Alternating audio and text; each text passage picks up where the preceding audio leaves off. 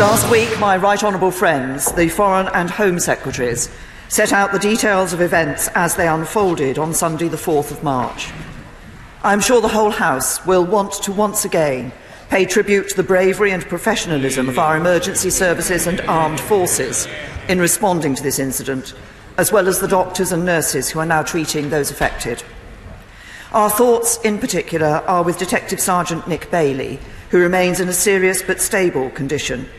In responding to this incident, he exemplified the duty and courage that define our emergency services and in which our whole nation takes the greatest pride. Mr. Speaker, I want to pay tribute to the fortitude and calmness with which people in Salisbury have responded to these events, and to thank all those who have come forward to assist the police with their investigation. This incident has, of course, caused considerable concern across the community.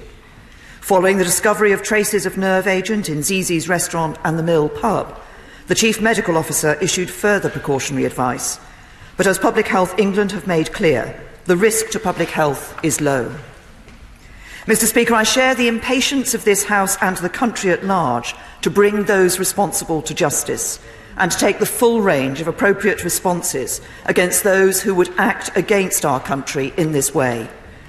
But as a nation that believes in justice and the rule of law, it is essential that we proceed in the right way, led not by speculation, but by the evidence. That is why we have given the police the space and time to carry out their investigation properly.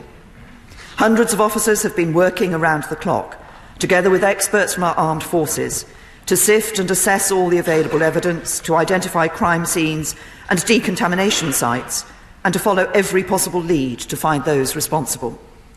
That investigation continues, and we must allow the police to continue with their work. This morning I chaired a meeting of the National Security Council in which we considered the information so far available. As is normal, the Council was updated on the assessment and intelligence picture, as well as the state of the investigation. It is now clear that Mr. Skripal and his daughter were poisoned with a military-grade nerve agent of a type developed by Russia. This is part of a group of nerve agents known as Novichok. Based on the positive identification of this chemical agent by world-leading experts at the Defence Science and Technology Laboratory at Porton Down, our knowledge that Russia has previously produced this agent and would still be capable of doing so, Russia's record of conducting state-sponsored assassinations, and our assessment that Russia views some defectors as legitimate targets for assassinations, the government has concluded that it is highly likely that Russia was responsible for the act against Sergei and Yulia Skripal. Mr. Speaker, there are therefore only two plausible explanations for what happened in Salisbury on the 4th of March.